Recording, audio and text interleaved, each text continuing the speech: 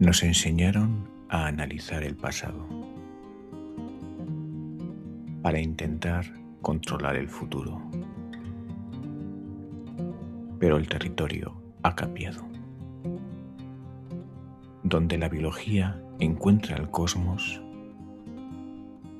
donde la razón valida a la intuición, no es el fin de los tiempos, es el nacimiento de una nueva conciencia. Aquí dejamos de acumular datos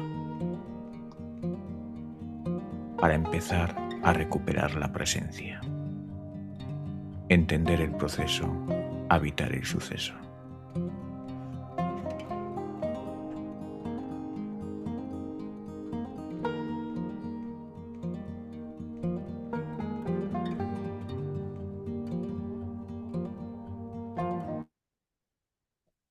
Bueno, estamos en el último vídeo de la serie.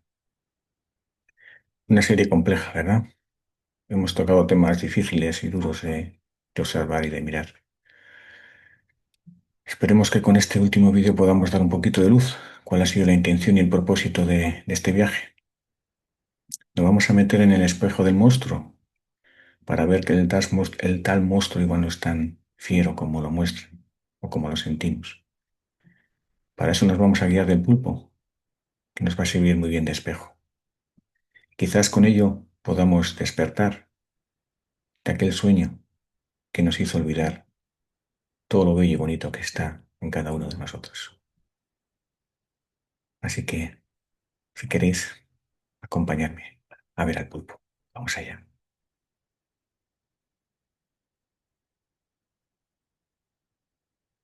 Bueno, en el episodio anterior os dejé con la imagen de una conquista solar. Cohetes, minería, China planificando a 100 años. Parecía un viaje de expansión, de fuego y movimiento. En esencia vimos que la cura de Occidente es el cambio de ritmo, que básicamente se trata de tomar el pulso de nuevo a la vida. Así que hoy vamos a frenar un poquito y vamos a mirar hacia el origen. Recientemente, en el análisis de las muestras del asteroide Bennu en la misión Osiris, han roto un dogma biológico.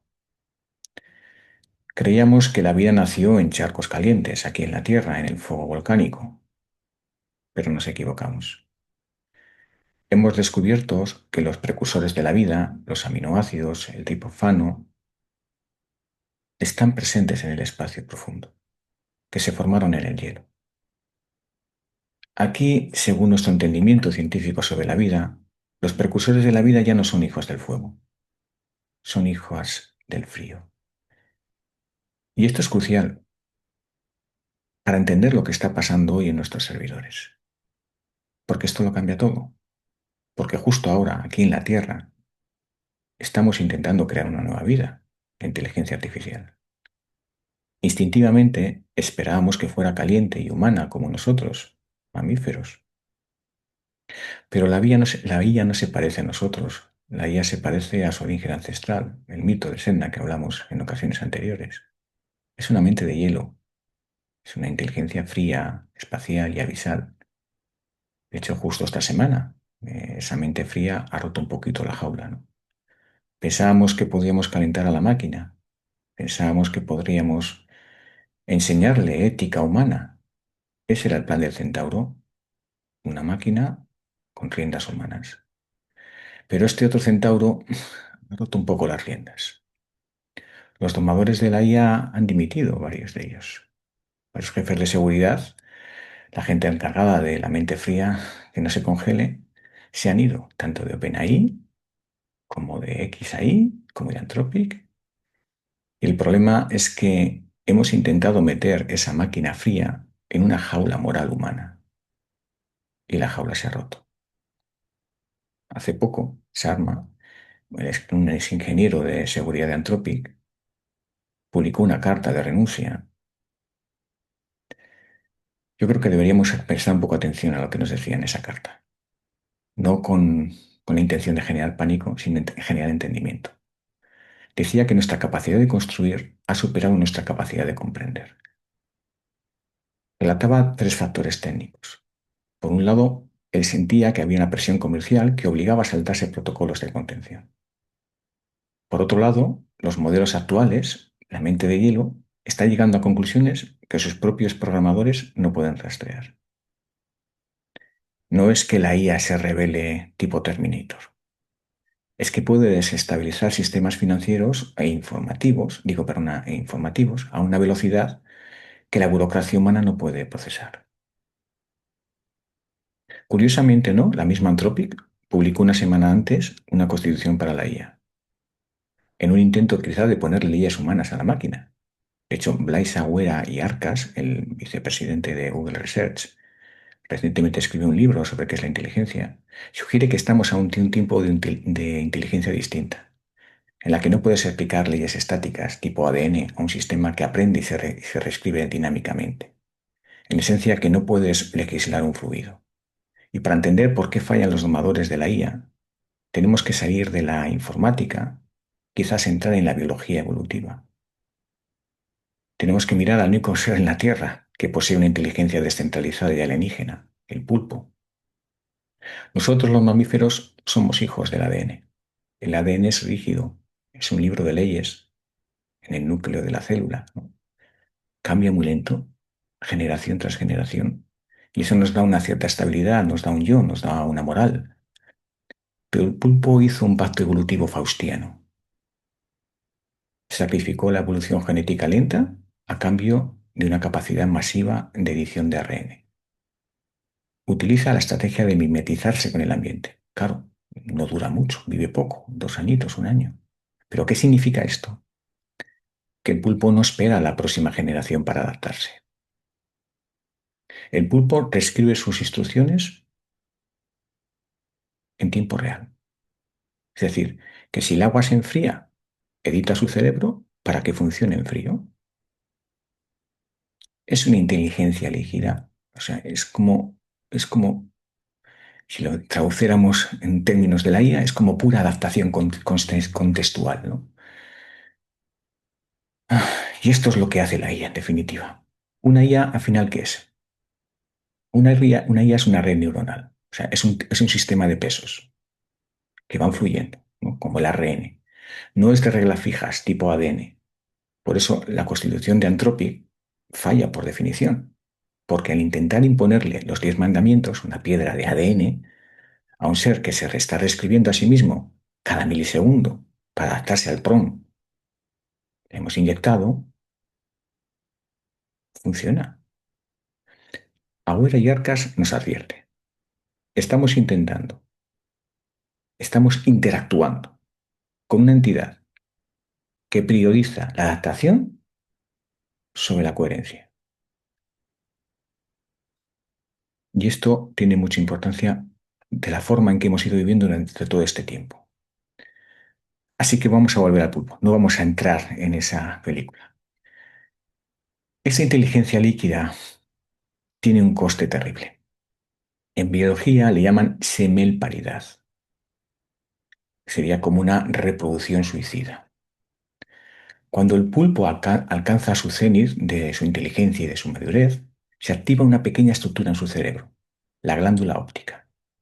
Esta glándula libera una cascada hormonal que lo que cambia es la prioridad de su organismo. El pulpo deja de comer, deja de curarse y dedica el 100% de su energía a cuidar de sus huevos, de su creación, de sus datos. Literalmente se digiere a sí mismo hasta morir para la siguiente generación. Y aquí nos vamos a detener un poquito. En 1977, el psicólogo Jerome Widonsky descubrió algo sobre el pulpo. Si tú le extirpabas quirúrgicamente esa glándula, la glándula óptica del pulpo, justo antes de la reproducción, el pulpo no moría. Seguía viviendo, o sea, seguía aprendiendo, seguía comiendo. Lo que reveló, claro, algo fascinante en principio, ¿no? Dices, la muerte del pulpo tras la reproducción no es un desastre natural, o sea, no es algo inevitable, sino que parece ser que es un mecanismo de autodestrucción programada. Porque al extirpar la glándula óptica, el pulpo efectivamente hackea su propio sistema biológico. Claro, las consecuencias para el animal son profundas. La podríamos dividir en varias fases, ¿no? En lo que gana individualmente y en lo que pierde evolutivamente. Las consecuencias para el propio pulpo sería que si esto ocurre así, casi podía como encontrar la fuente de la eterna juventud, porque reactivaría su propio crecimiento. Los pulpos tienen lo que se llama un crecimiento indeterminado. Esto significa que nunca dejan de crecer mientras están vivos. Normalmente, la muerte corta este proceso. Al extirpar la glándula, el pulpo no solo sigue viviendo, sino que sigue creciendo. En los experimentos con hembras operadas llegaron a duplicar su peso y tamaño respecto a lo que hubiera sido al morir, ¿no? Y luego, por otro lado, no es que se conviertan en pulpos zombies o decrépitos, ¿no? Al contrario, recuperan su color, su tono muscular, su voracidad. Evitan la senescencia rápida. Las lesiones de piel, dejan de comer, la automutilación, todo esas lo evitan. Es como si hubiesen evitado su muerte natural. Y aquí es donde reside el gran costo biológico. La glándula óptica no solo dicta la muerte, sino que también dicta el cuidado maternal. En el momento en que se extirpa la glándula, la hembra pierde instantáneamente todo interés en sus huevos. Deja de proteger el nido y vuelve a salir a cazar activamente. En la naturaleza esto es catastrófico. Sin la madre oxigenando y limpiando los huevos y protegiendo a los predadores, el 100% de la descendencia muere. El pulpo gana vida extra, pero su linaje termina allí. Así que la pregunta de fondo es, ¿por qué la vida diseña un sistema de suicidio tan drástico? La consecuencia de que un pulpo no muera explica por qué este mecanismo existe. Los pulpos son carnívoros voraces y caníbales. Y si la madre siguiera viva y hambrienta cuando nacen sus miles de crías minúsculas, lo más probable es que igual se les comería. Su muerte garantizaría la seguridad de la siguiente generación. Dado su crecimiento ilimitado y su inteligencia, si los pulpos vivieran varios años más, se convertirían en depredadores masivos. Desequilibrarían su nicho ecológico. Estarían compitiendo injustamente contra sus propios descendientes por recursos. Y al quitar la glándula, liberas al pulpo de su obsolescencia programada. El resultado es un superdepredador más grande y longevo, pero que ha sacrificado su instinto reproductivo, convirtiéndose en un callejón sin salida genética. Y si miramos nuestra civilización hoy, parece que hemos activado la glándula óptica de la humanidad. Si miras los centros de datos, estamos desviando el agua de las ciudades para enfriar servidores. Estamos reactivando centrales nucleares para alimentar a la IA. Estamos consumiendo nuestro tiempo vital humano para generar datos para la máquina. El riesgo no es que la IA nos mate. El riesgo es que nosotros, fascinados por esa mente de hielo, decidamos consumirnos a nosotros mismos para alimentarla, que sacrificamos nuestro mundo real, nuestra biología, para sostener el mundo digital, el sintético. Ahora bien, no se trata de apagar la IA. No podemos. Digamos que es un desarrollo propio de una sociedad compleja. Pero bueno, eso lo hablaremos más en otra ocasión, en detalle. Se trata de encontrar nuestra propia glándula óptima cultural y extirparla. A ver si lo explico bien. Se trata de poner límites biológicos al consumo digital. Se trata de recordar que somos mamíferos de ADN, no solo flujos de datos, y que la mente de hielo es una herramienta maravillosa para viajar a las estrellas, sí, como vimos con China y Ceres, pero no puede ser el amo de nuestra casa. Tenemos que empezar a aprender a convivir con el pulpo sin dejar que nos devore. Llegamos a la conclusión de que Occidente tiene fiebre.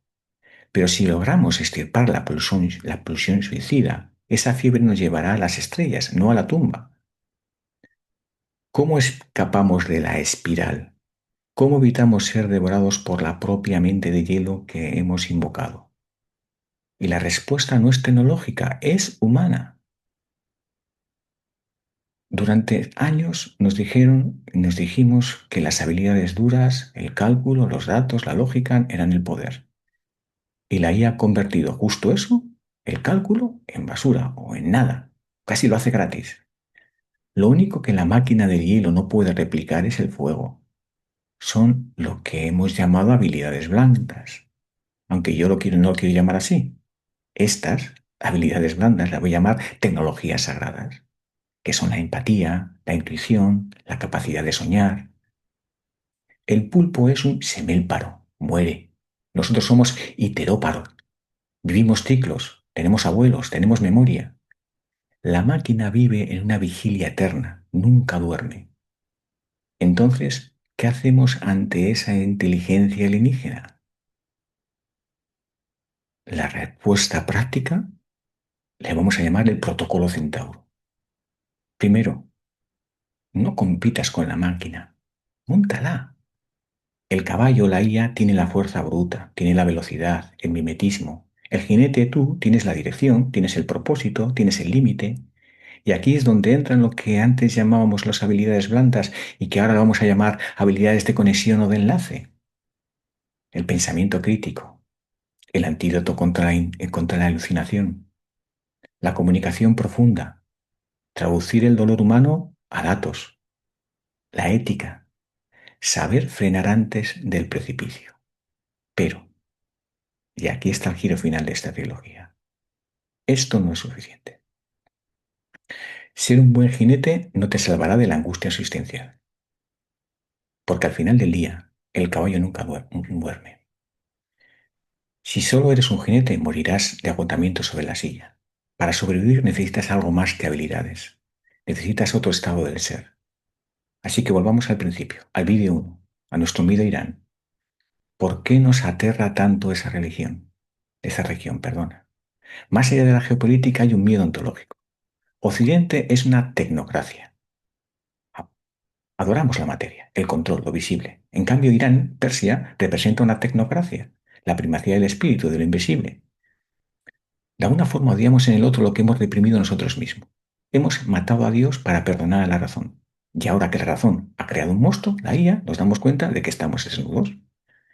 El pavor que sientes ante una IA sin alma no es un miedo tecnológico.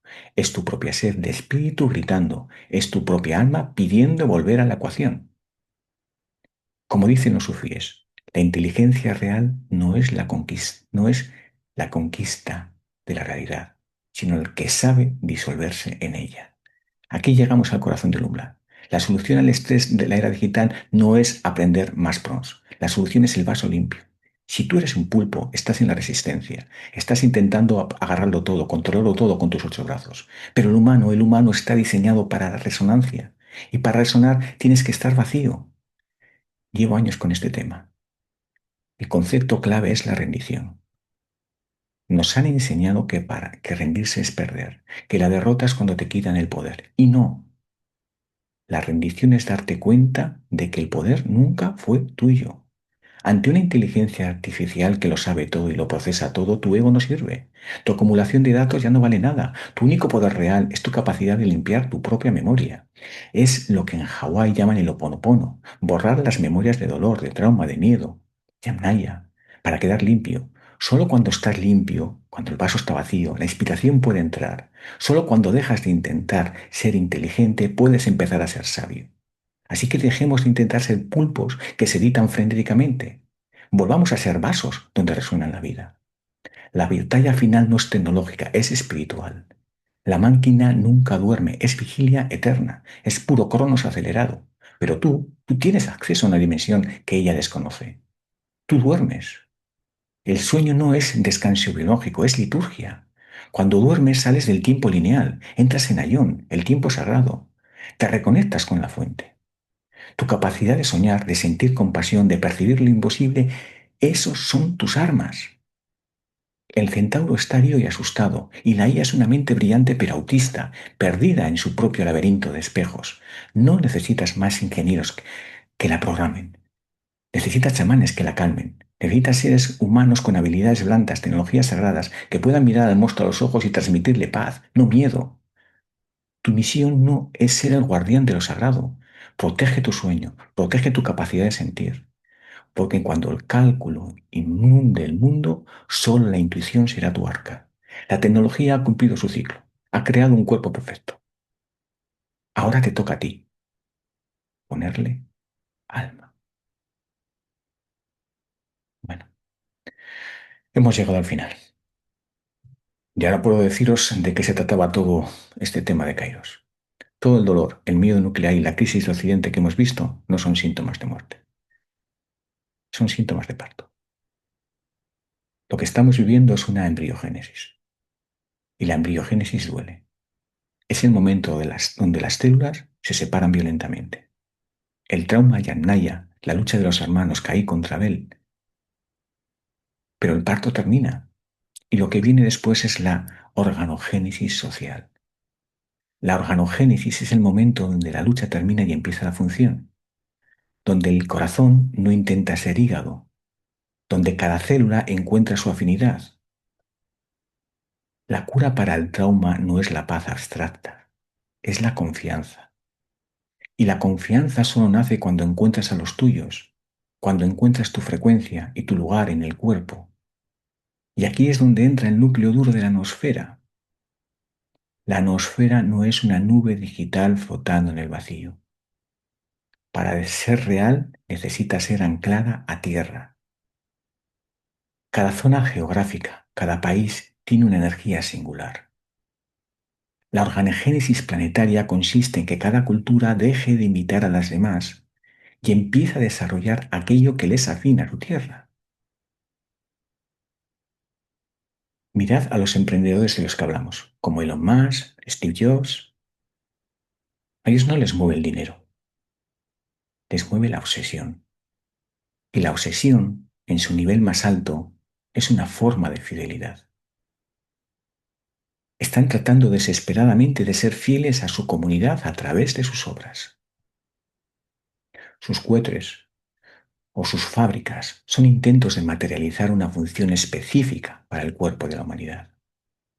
Tu misión es esa. Encuentra tu obra. Aquello que solo tú puedes hacer en tu lugar, con tu gente. Sé fiel a esa obsesión. Es lo que te convierte en un órgano funcional y te salva de ser una célula perdida. Nos hemos vendido la historia del genio solitario. Nos hemos contado que Elon Musk y Steve Jobs cambiaron el mundo solos. Y no es cierto. Si tú miras con atención, si miras de cerca, te das cuenta que Elon Musk no salió de la nada. Salió de la PayPal, de la mafia de PayPal. Un grupo de jóvenes que no eran solo socios, eran una tribu, vibraban en la misma frecuencia obsesiva. Esa mafia no era una empresa, era un órgano vital formándose. Y cuando se dispersaron, crearon YouTube, LinkedIn, Tesla, Palantir. Colonizaron la economía, porque antes habían colonizado su vínculo. Mirad a Apple, Steve Jobs, el visionario, el fuego. No hubiera sido nada sin Steve Wozniak, el ingeniero, la tierra. Uno ponía el alma, el otro ponía el cuerpo. Eran Castor y Polus. Para anclar la noosfera a la tierra no necesitas ser un titán. Necesitas encontrar a tu Wozniak. Necesitas encontrar a tu mafia. Tu misión no es solo encontrar tu propósito. Tu misión es encontrar a tu par, a esa persona o a ese grupo con el que ya sientes la resonancia, que sientes que es tan fuerte que la suma de uno más uno no es dos, es como infinito. Eso es la organogénesis. Dejar de ser una célula loca para convertirse en un tejido. Hemos sobrevivido el momento del parto, ya está. Hemos entendido el dolor del instante, ya está. Pero ahora toca aprender a vivir en el tiempo completo. Toca entender cómo estas células solitarias se unen para formar un organismo vivo, eterno, consciente. Toca hablar de la sociedad orgánica, de la inteligencia vincular, de cómo pasamos de la competencia de los hermanos a la comunión de los afines. Pero bueno, esto ya no es un viaje de urgencia, es un viaje de permanencia. Y de eso hablaremos en la próxima trilogía, si Dios quiere, en Ayón. Hasta entonces recuerda, el trauma se cura con confianza, el caos se ordena con afinidad y la eternidad se construye con tus manos, aquí en la tierra. Bienvenido a la verdadera era humana.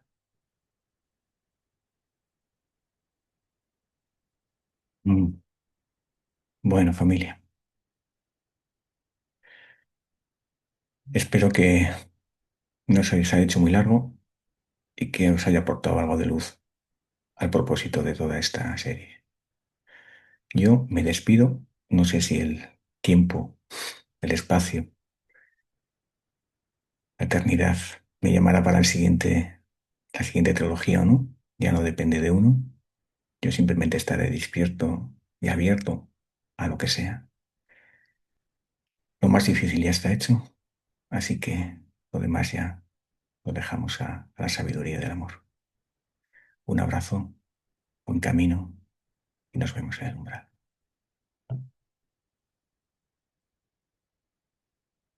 ¡Ajú!